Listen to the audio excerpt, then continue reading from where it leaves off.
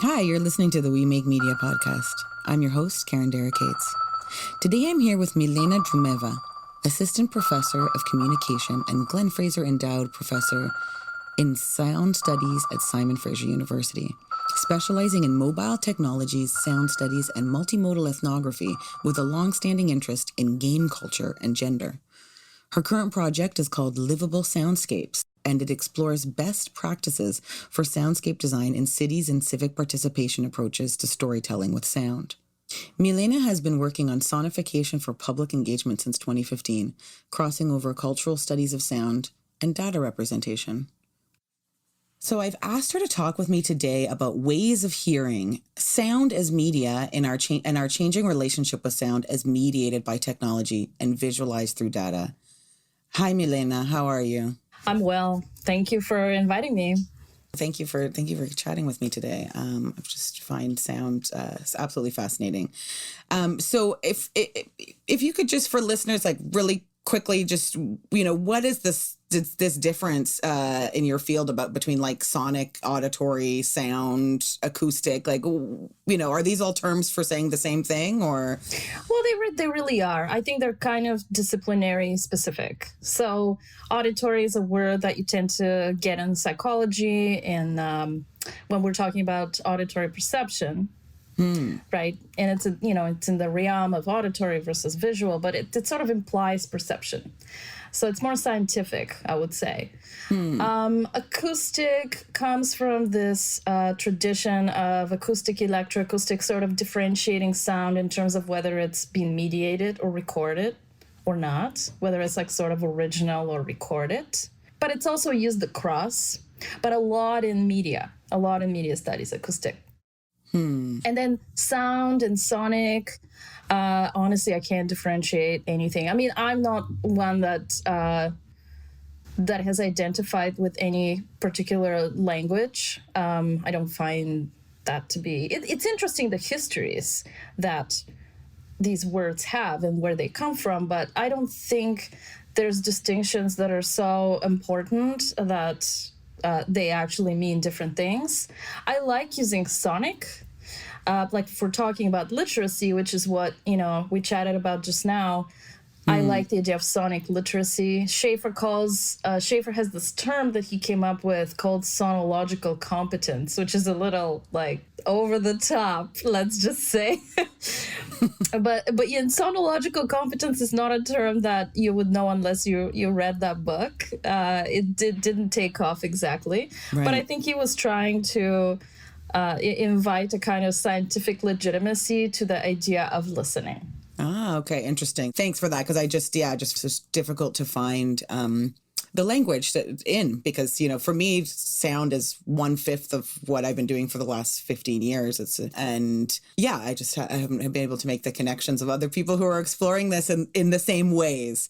You mentioned Murray Schaefer. Murray Schaefer, yeah.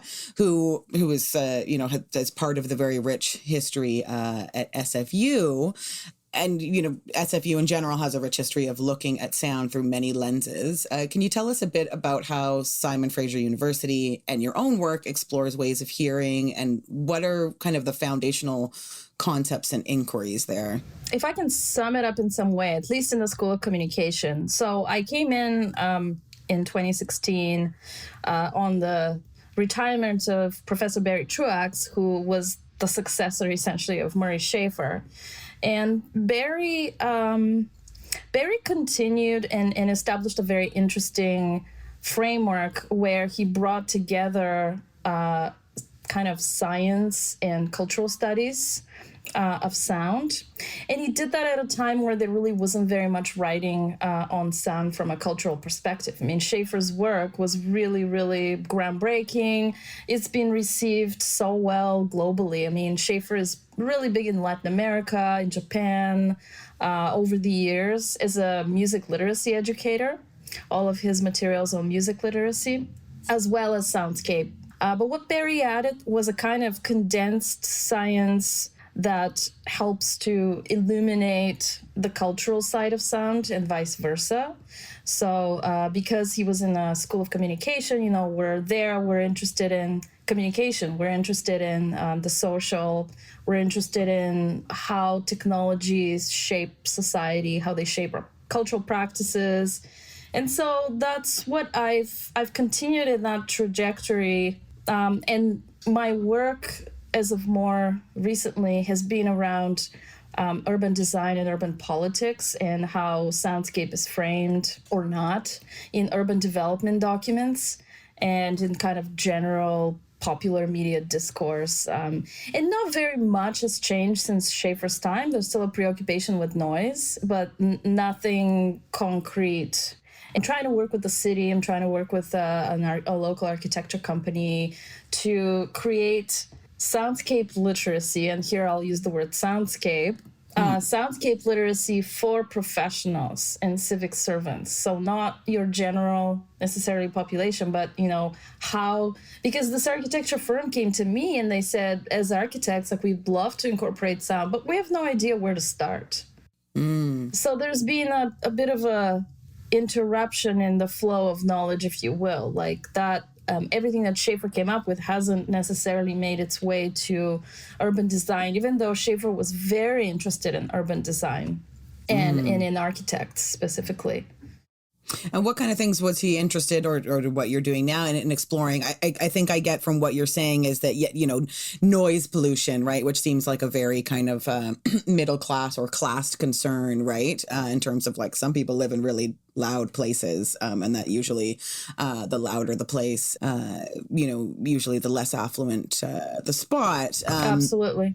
But so what kind of things is he talking about in terms of what other kind of ways can we incorporate sound or your own observations like in our lived environment?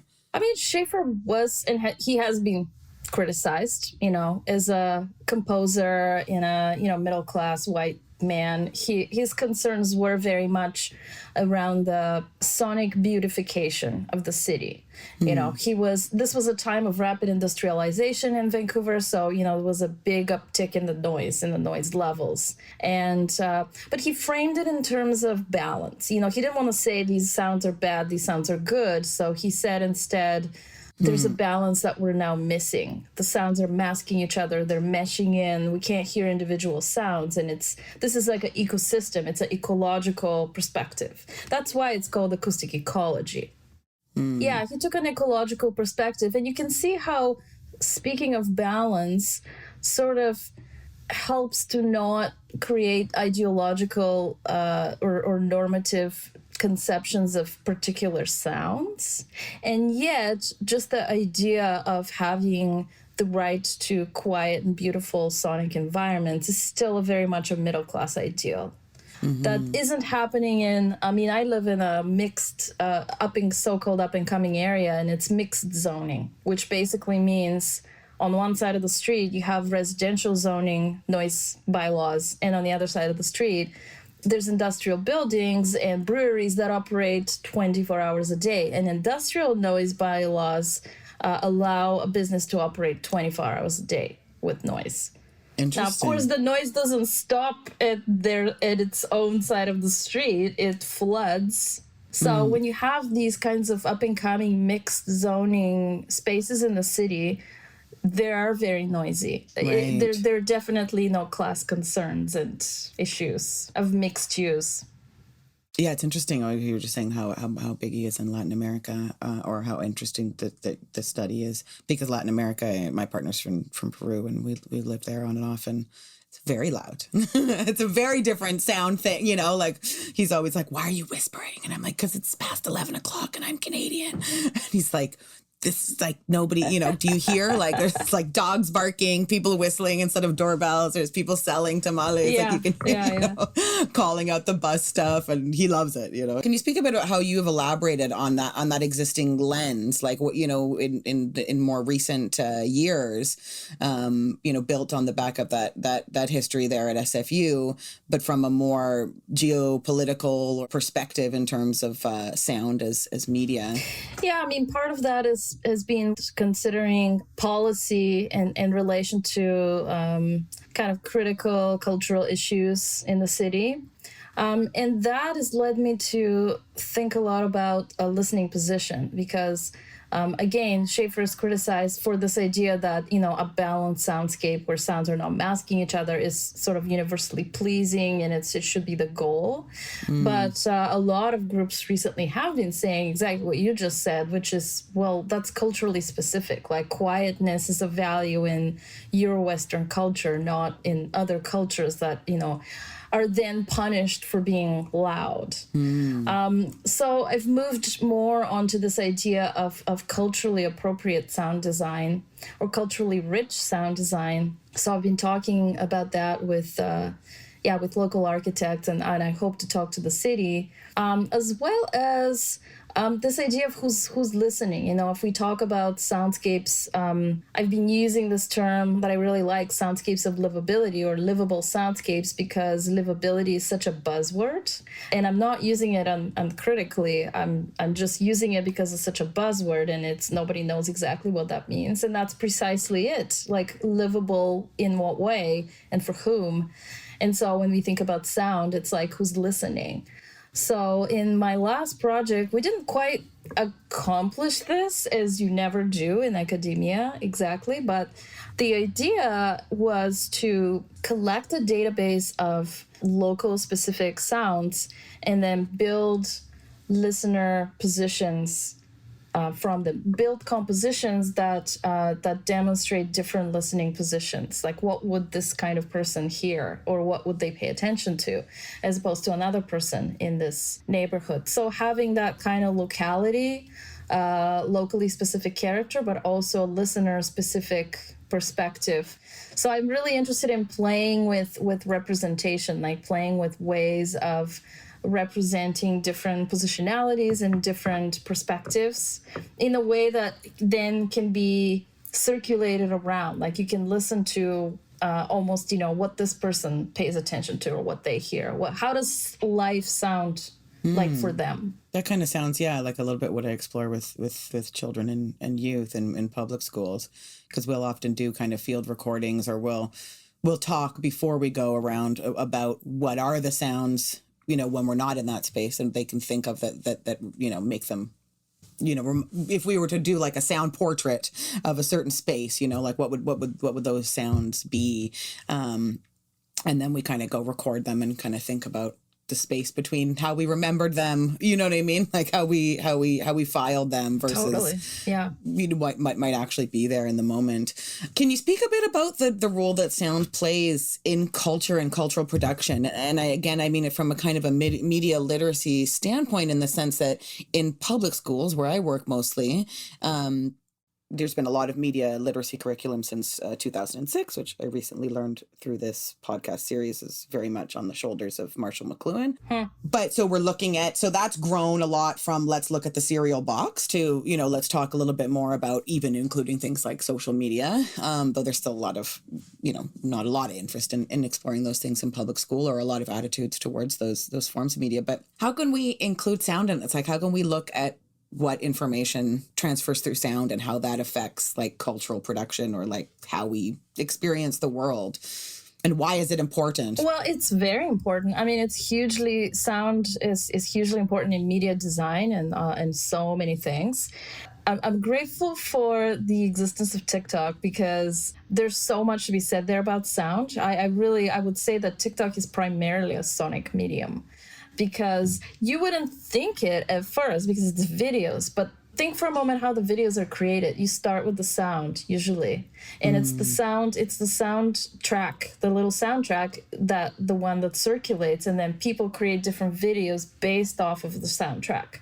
So it's really like the first medium where in popular engagement and not, serious media production, but just your everyday engagement, we sync the visuals to the sound and not the other way around.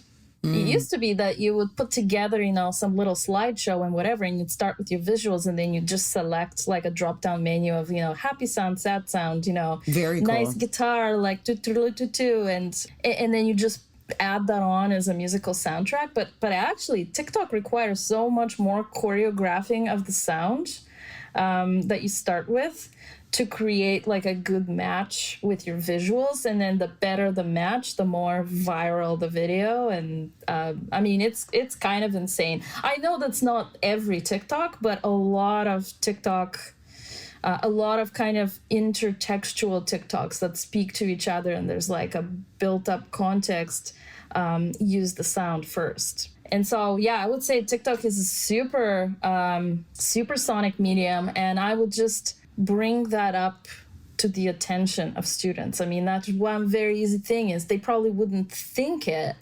but you know, when you're starting with the sound and then imagining your own story playing out, you're actually listening and syncing things up. So like, let's do that, but more deliberately and with more thought. I mean, in university, we have the freedom. I know some colleagues have done assignments such as create a BuzzFeed listicles, whatever those are. I'm not up on everything, you know, but I have colleagues that are younger, a little bit more, you know, hip. So, you know, create a meme. I mean, these are forms of semiotic shortcut type information that circulates as if we have a shared meaning, but we actually don't. Like, it's really interesting to stop and ask, why is this meme funny? Is it funny? Like, what are we laughing at exactly? What assumptions are built into it that supposedly create the humorousness of it? So some of that traditional kind of media literacy stuff of deconstructing or pulling them apart, you know, there's a form of theater where like I can't remember what it's called.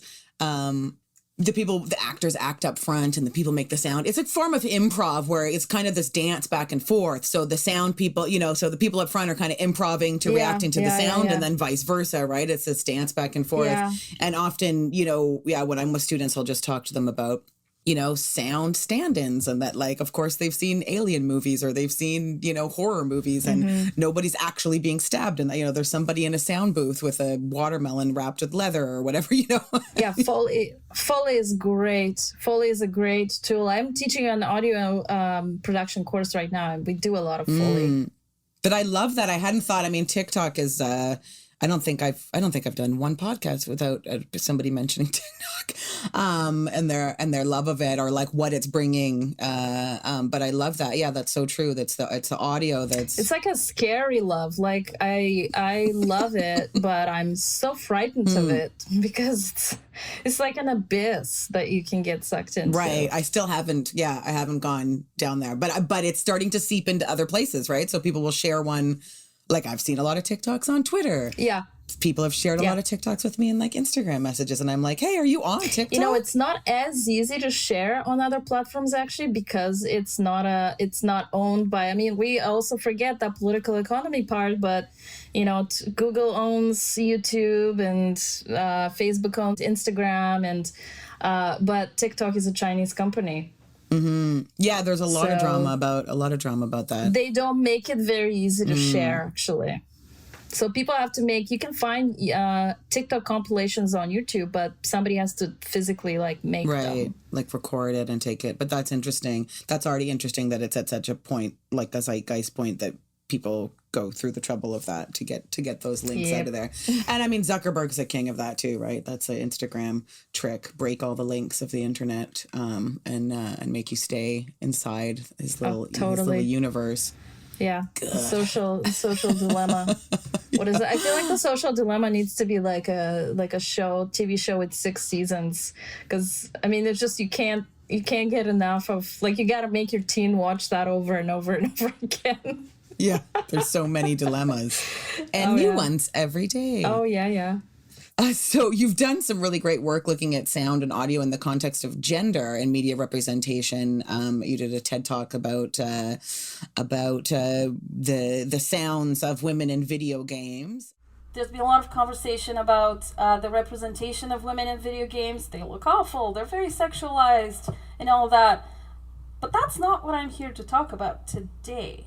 I want to talk about how women sound in video games. Please stop! Please don't! What? No! How? This is wrong!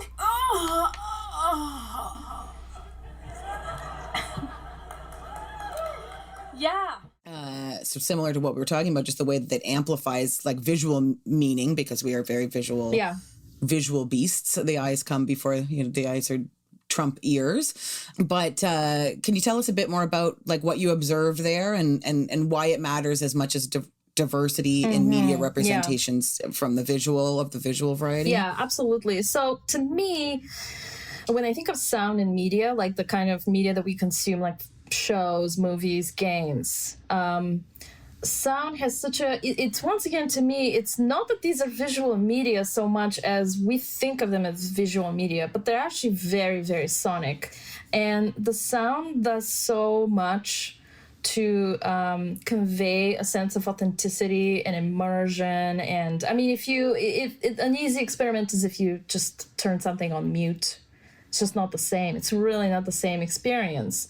And so in games, just like in cinema, sound provides that sense of realism and immersion. And it's a lot of people have written about, and I'm just having something come out, a publication very soon about that. Sound kind of fills in the gaps. So when you're playing a game, there's a lot of glitchiness in between, movements and things, just because that's what a game is. You're going to a place and you're trying to jump, but it's actually not an area you can jump on. So there's that visual glitch, but the sound actually fills in the perceptual gaps because that character is still making sounds like trying to jump. And so it's sort of, it smooths out the experience. It's realistic and it smooths out the experience. And so it is really important. And I say in one paper that the reason why I kind of fixated on these battle cries, or not just battle cries, but vocalizations, any vocalizations, is because when you're playing a game, that's actually 70% of your experience. Because like most of the time, you're not in combat necessarily. You're just exploring the environment, trying to jump on things, trying to climb on things. And so that's what you're hearing a lot. And that is what you associate with the character. And it becomes part of your own like player avatar experience. And so it really is extremely important and of note that these sounds are so stereotypical, kind of grotesquely hyper-realistic and very sexualized. So that's kind of where that came from for me. And I've spoken with some voice actors and some people on the inside, and the sense I take from them is what they're really trying to do is they're trying to differentiate. So they create archetypes, like this is going to be the like low, husky voice, and this is going to be the high, innocent girl voice. And so they overplay both of those, both of these kind of stereotypical extremes in order to differentiate voices. But until now, there hasn't been really, no one has brought up, okay, but that's actually really stereotypical. We tend to focus on the visuals of female characters, but the sound is exactly the same. I mean, it's the equivalent of that bikini armor. And really all it takes is just some education, some literacy, some awareness. And now we see better games out there, like Last of Us 2 or Horizon Zero Dawn. We have some really good neutral voice acting, including vocalizations. Like they're not overly sexualized, they're not overly like feminized in a stereotypical way. So it can be done very easily. Right. So the excuse, I mean, is so often from cultural producers or visual artists or anybody who's making representations and not thinking too deeply about it. It's that, it's being used for effect, to simplify information, to amplify a certain, thing of meaning, like this is a woman. But usually, one way to fix that is just to listen to other, like my voice is very low. So, what if we saw a quote unquote female character or even a gender non-binary character who made noises that sounded not like a typical woman? how would our brains handle that? Pretty easily. It's really pretty easily. Yeah, it would reflect reality. It's really not about our brains. It's about, I think they get trained that way. This is why formal education matters a lot. They get trained and they want to retain their training. They want to feel like, well, I know walking into this job what to do. Now you're telling me this was all wrong and I need to do different things that I don't know about. How am I supposed to feel like a competent professional? Right. So I think part of that is wanting to retain that sense of competence. Right. Yeah, of course. That makes sense. Yeah, to build on the skills that you've got for that industry and say, like, this is my ticket. This is how I know I'm doing a good interview or whatever, right? I mean, it'd be interesting, like, I'm sure have you talked to them about, like, how they're directed in those moments? Because, of course, there's also the sexism within the production of someone going, no, can you make it a little bit more... Yeah, so that's really interesting. And I have talked to people about that because my assumption was also that they're being directed to do that. But actually, voice actors are have the same issue. They get trained in a certain way. They create a portfolio of different voices, and those voices have to be very differentiated. And especially in the field of female voice actors, it's such a smaller field than male voice actors. So what women have to do is have a very large repertoire of very different types of voices. So it's actually them bringing that training in and thinking, oh, I'm really gonna exaggerate here. I'm really gonna, they're not necessarily being directed to do so.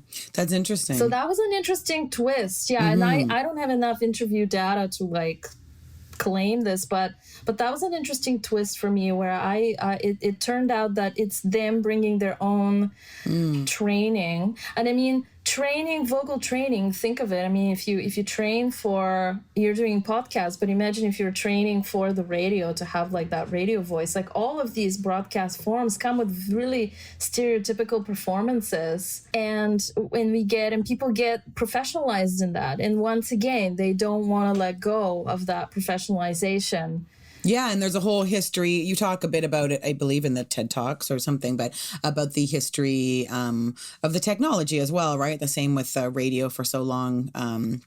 The frequencies were built around a balanced male voice. And just even the content of shows being associated with the female voice, like things like gossip and consumerism will have a female sound versus things like news and political commentary will have a male sound. So just even those kinds of typologies have been established long, long ago. Yeah, well, that's so interesting. I mean, that's such a great place to start in any kind of educational setting, is just looking at those, even logging those for a week, or putting it on mute, or vice versa, turning the image off and listening to the sound, and or being asked to perform and vocalize, vocalize the sound, like what is the sound of like a person in distress, right? A person in distress, and see how many times it comes out as a woman and child. It's totally. How is our relationship with sound changing right now? Because both in our environment,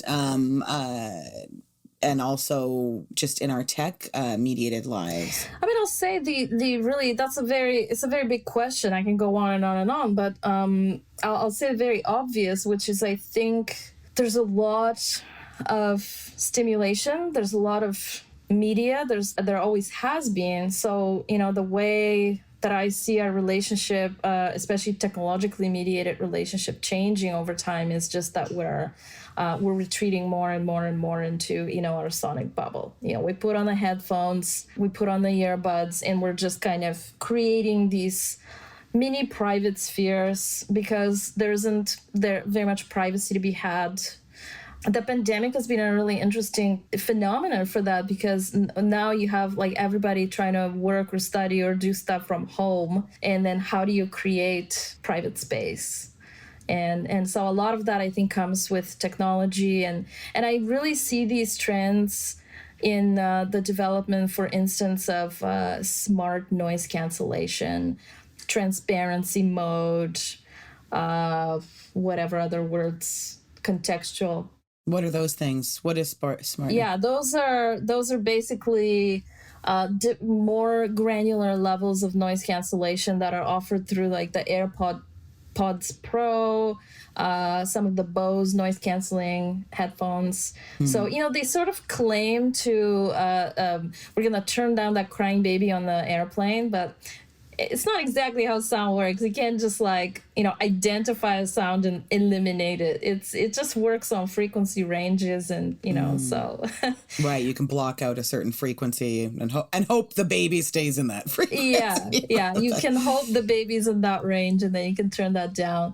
And then transparency mode apparently is, I don't own that technology, so haven't experienced it, but transparency mode is, it lets in sounds from the outside, but while still optimizing your music listening experience. Right. So kind of like for safety to ride your bike. It's for safety, but it's really bizarre. So instead of you just kind of listening through your actual ear, it's using the 3 microphones that are embedded in and listening to the outside, and it's using those microphones to bring in that sound from the outside. So you're actually not even it's recording sound from the outside, or like rather getting it in live and playing it to you. So it's just like all these meta levels of mediation. We're becoming very cyborgian in our relationship with sound. That's what I would sum it up as. Right. Well, yeah, I was reading something fascinating the other day about its use in XR in like augmented and virtual reality experiences.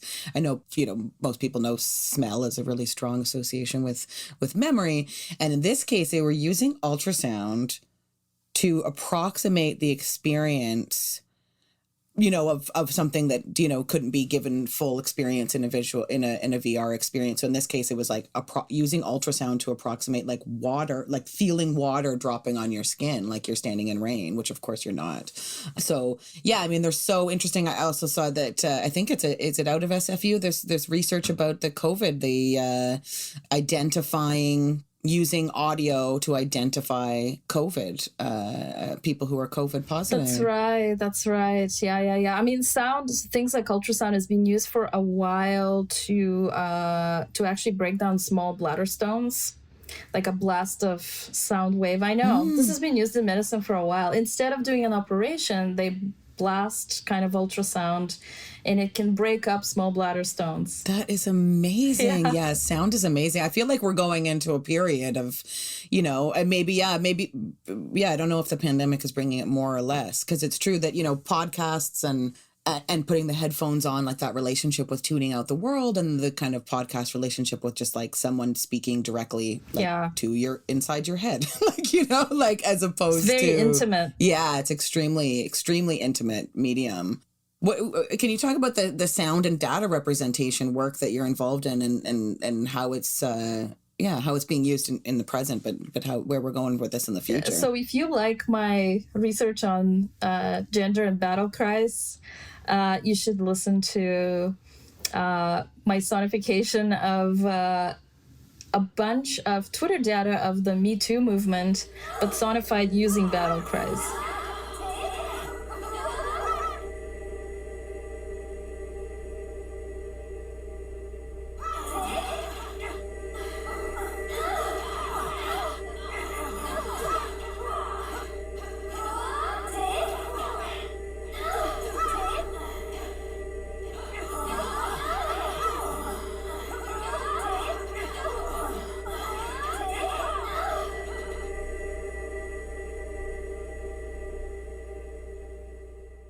Wonderful. If there's a public link, I'll include it. Oh, yeah, absolutely. Well. Yeah. I haven't done enough to really. I actually have a piece coming out on the Sounding Out blog, but the Sounding Out blog put a hold on publication just to give everyone relief from COVID stress and pandemic workload. So I don't know when they're coming back online, but like I have a piece that should be coming out there, and the links will be embedded and everything. But I'll send you a link. It's on SoundCloud.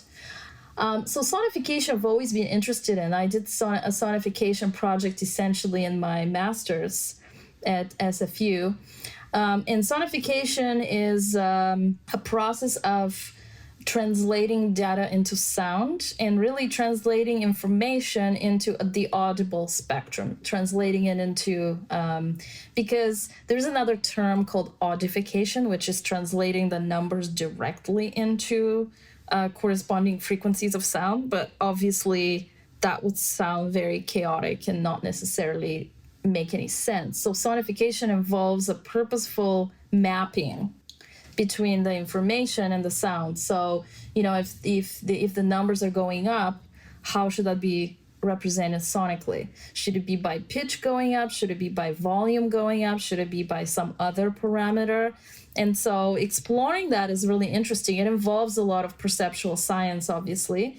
But I think the way that we listen, the way that we hear is so culturally specific. So I feel like what I've always been interested in bringing to the sonification community is that cultural aspect. And I've been interested in using really different sounds than the standard ones used in sonification, which are usually pitch. We're most sensitive to pitch.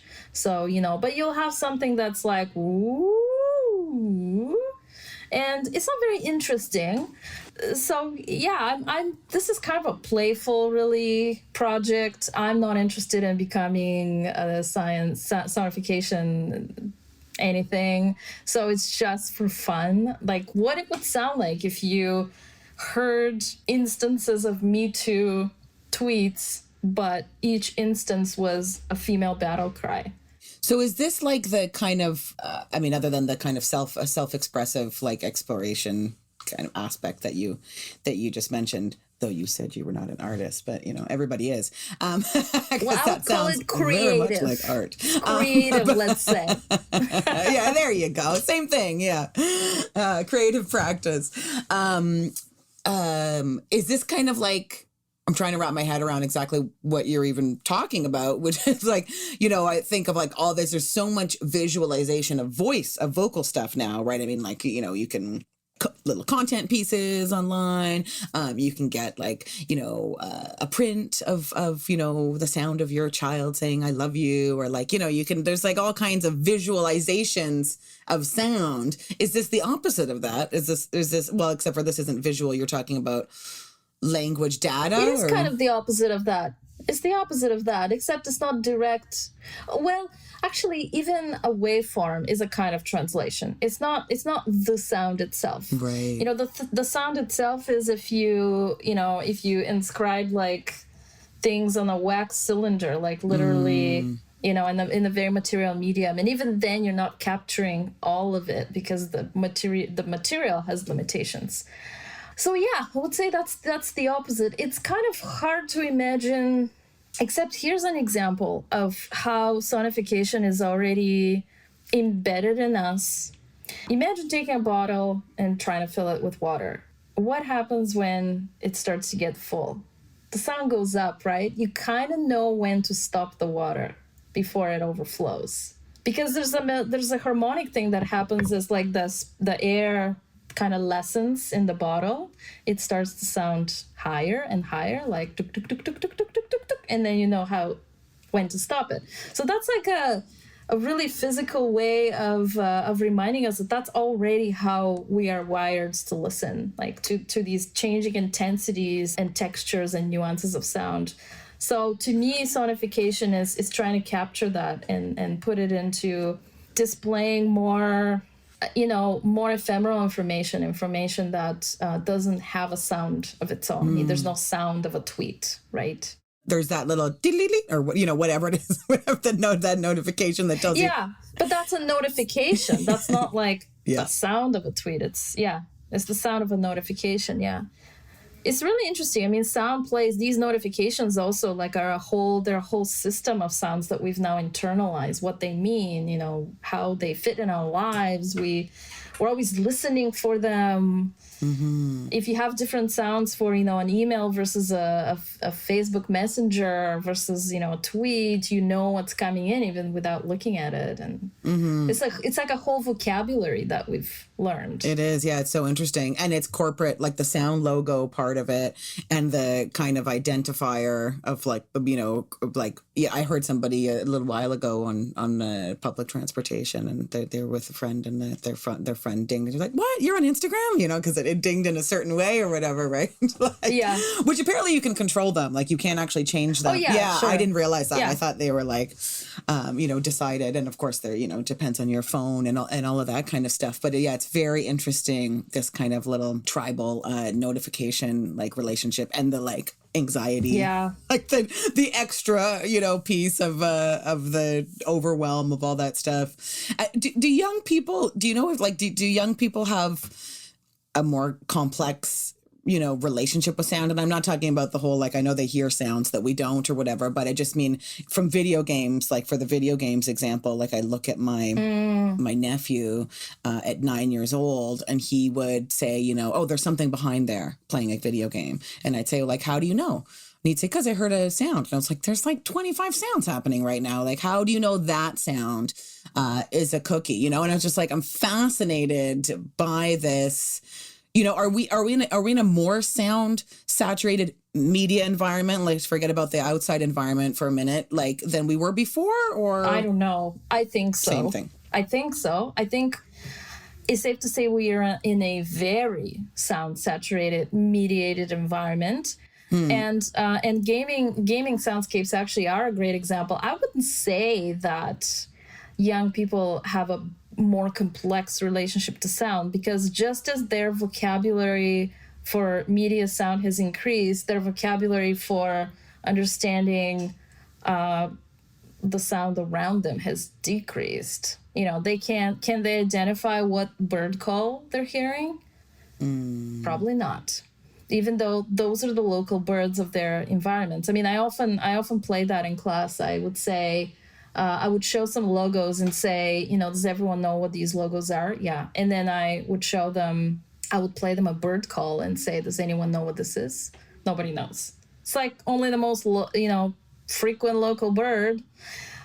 So, it's a really an increase in one area and a decrease in another area. And games they have a sonic vocabulary too. They really, you learn from, and they transfer from one another. That knowledge is very transferable. So you kind of learn, it may not be the same sound, but it will be a very similar type of sound. And you learn that from game to game. And so then you can kind of enter and hear the different dings and notifications and kind of have a pretty good sense of what they mean. That makes sense. Because it's a whole semiotics. Right, of course, yeah. Yeah. So they've got their own kind of, vocabulary or, within that media. Yeah, it's not about hearing more and, like, they heard something behind. Like, most games aren't even that sophisticated in terms of 3D audio.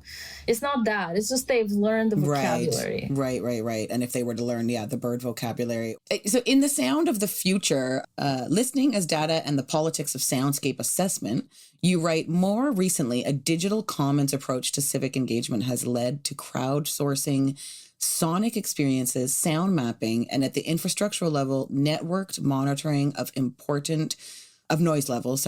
These rhetorical and practical developments fit within important contemporary conversations in critical data and algorithm studies, and as such require a critical excavation of underlying values and conceptions of listening. There's a lot there, and I know you have to go soon.